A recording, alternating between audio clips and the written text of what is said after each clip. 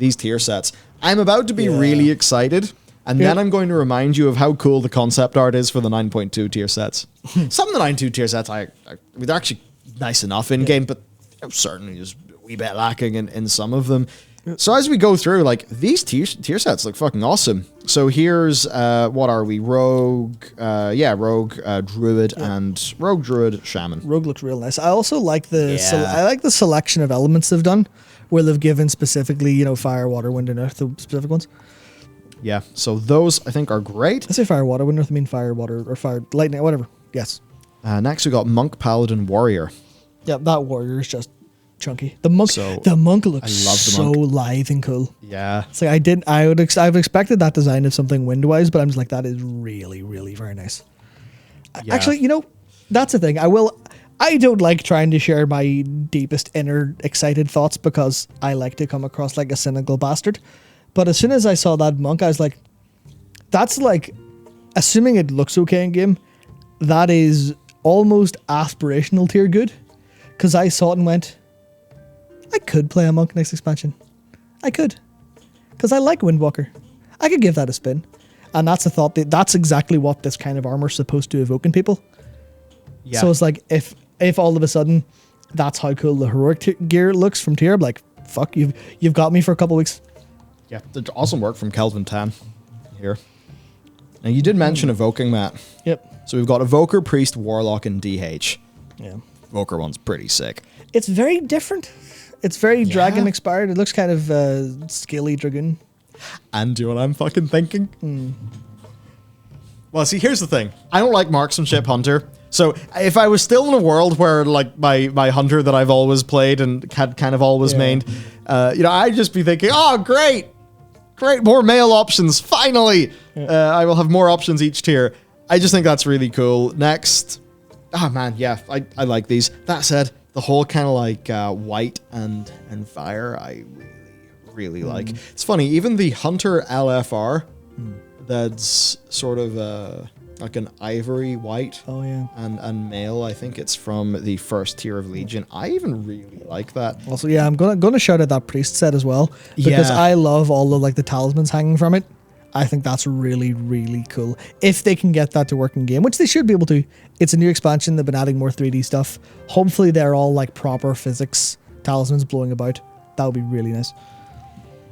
And then finally, we do indeed have DK, Mage, and Hunter. DK is definitely different. The Mage is cool. Yeah. We'll just have to see how these translate in game. They're very Monster Hunter-y. Yeah. I should play Monster. Yeah, it makes me think of my Hunter tier 11. Remember that one in the first tier of Kata, everyone? That was fun. I think it was tier 11. Now, there is another thing. These, if I was to give any feedback to the game team, please make these be the heroic sets. And normal, fuck it, normal. A different coloration for different normal. color, yeah. And but put all the effects on. Yeah. All the effects on. Okay, Mythic, give them a different tint. Maybe a more, like, sinister, badass... Something that says, I am willing to inflict great pain upon myself to get this gear. Yep. Fair enough. Like, I'm all down for them having a badass set. But in the move from Mists of Pandaria to, anything beyond that, I think that the vast majority of raiders experienced a decrease in the quality of the tier gear that they got because of the decision they made. And if Mythic was the sort of thing that a guild could step up to without changing the format of their team, then I think we'd have a different argument. Yeah. But I view raiding as being LFR, as basically being normal and heroic. I view LFR and Mythic as two separate game modes. Yeah. I don't view them as difficulties because they're a fundamentally different gameplay experience and format. Yeah. Because you're essentially playing 20-person mode. That's very different to, like, say us. We maybe have a group of 10 to 12. We also are people, I think our entire team, we prefer smaller, more intimate raid sizes. I think mechanics are more fun in a smaller raid size. Sure, yeah. I'd always rated 10, in fairness. Yeah. But I think the readability's there and all of that stuff. So for a group like us, even if we were going to put the time and effort in, we just have to get more people. And then the experience of playing World of Warcraft with your guild is fundamentally, I think, a bit less social and a bit different whenever it's taken into that super hardcore context, with there being 20 voices on Discord, which does make it harder to have that smaller interpersonal banter. And I think that small interpersonal banter is such a core part of playing World of Warcraft with your friends, but that precludes you from getting the coolest looking gear in the game. Yeah. Purely because of format. If there was a Mythic 10 player mode, maybe we could have a different discussion, but there ain't. In the past, there was the equivalent of Mythic 10. That doesn't exist anymore. Also, and now this is a little bit of a thing, because I definitely think there should be extremely hard content in the game. Yeah. But it's like the jump of difficulty from heroic to mythic feels really steep. So I don't know if they should turn normal up and then heroic up, and then have like a more balanced kind of, normal's all right, heroic's hard, mythic's real hard, and like kind of smooth that difficulty curve out. But generally speaking, I think the mythic is obviously going to 20 man from flex is also a massive like blocker, but it's like it's too much of a jump to be aspirational in my mind. Yeah. It's like if you're a player who's guildless, you could maybe go, okay, yeah, I want to join a mythic guild. That's fair. But if you're in a guild that you enjoy, you're like, I have to leave to go do mythic, and that's like a blocker. So I think that's a kind of that's a really unfortunate thing and that's why the whole point is, they should just give heroic should be the aspirational thing. Yeah. And mythic should be your kind of bonkers kind of thing. Certified badass for doing. For sure. I think there's another point of it clicked in my head. Mm-hmm. Would you agree, Matt, that our raids are more fun without push to talk? Oh, yeah. Yeah, because whenever somebody... Okay, except for a couple of people who type a little bit too loud, have their mic on their desk close to their keyboard. Okay, that's but all. But beyond that, yes. Yeah. Because beyond that, let's just say somebody does something really stupid in the raid. And when we're playing, and I think this is something people enjoy when they watch streamers. Yeah. You hear somebody go, ah! Yeah, you get to see, Yeah, you get the fucking funny shit. Yeah. And you can have more banter and stuff like that, even during a boss fight. And that can seriously just make the raiding experience more social, more fun, more spontaneous. I would, if I had a choice, I would never raid with push to talk ever, and I basically hate it every time we do it. Yeah, I mean that's the thing. That's why we don't. That's why we're turning. I'm glad we've made that shift now. Yeah, but the thing is, in the only mode that gets the gear that looks cool, you just can't do that. Yeah. Unless people are extremely disciplined in being super quiet. But I think most of the time it's kind of like raid leader only. Everyone else is pushed to talk.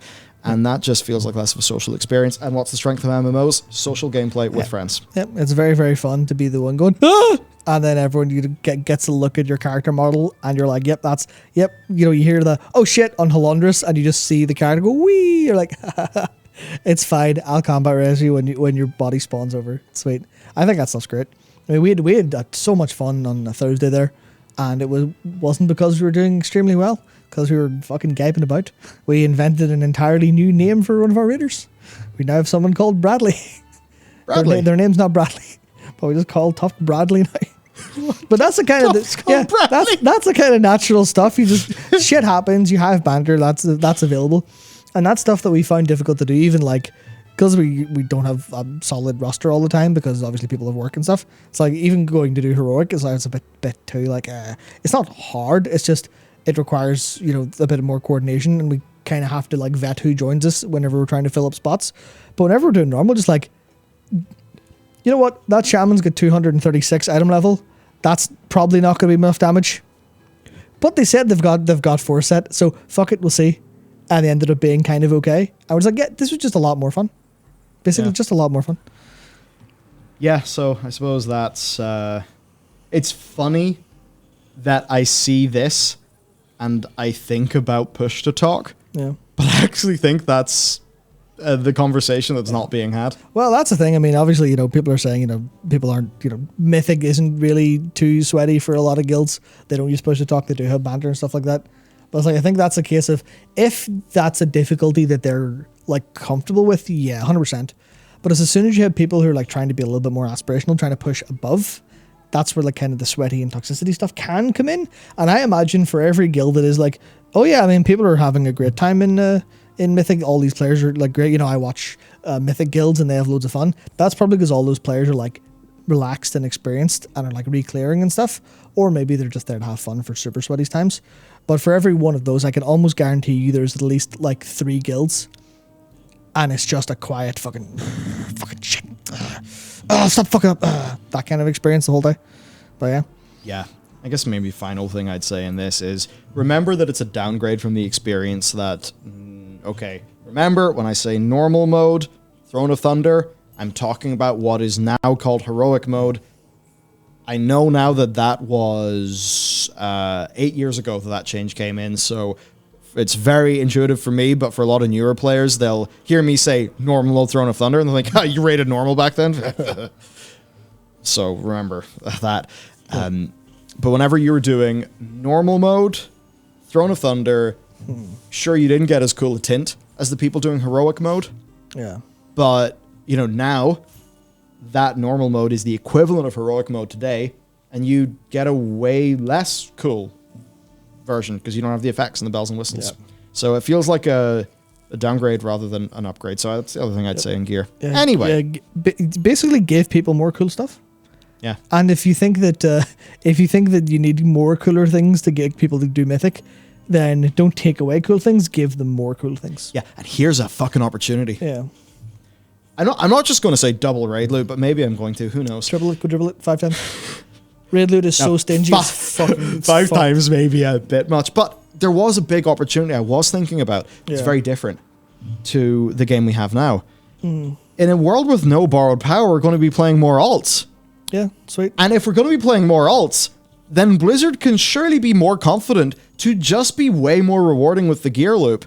Because turns out, if we're playing multiple characters anyway, we'll enjoy gearing up multiple characters. Yeah. And even the idea of like getting a full set of tier, or at least like the full visual set from the new raid and multiple characters, that's way more possible for people to do. Because they don't have to grind Renown and unlock the thing and spend all the gold and all the stuff they have to do in Shadowlands. So that's another thing where the changes that they are making mean more alt-friendly gameplay, which then means if you give people just more loot from raids, it actually works, because maybe they'll be playing 2 or 3 times as many characters for the fun of it. Yeah, I mean, here's the thing. Why do you play World of Warcraft? To have fun or get gear? Have fun? I've always played it to have fun. Getting gear has always helped in that fun. It's not been the objective of the fun. I've never hit like Abyss and logged out. I've just been like, oh yeah, I'm having fun playing this. It's like, I feel like that's kind of that's a thing where I hit more points of, I've got no fucking loot this fucking week. I feel so shit. Where's my 4 tier? I have to wait till next week for the fucking creation catalyst. This sucks. I've hit way more of those over the past couple of expansions than I have like the opposite of just been like, oh yeah, this game's fucking great, let's go. And it's like, that stuff's going to stop me playing the game when I want to.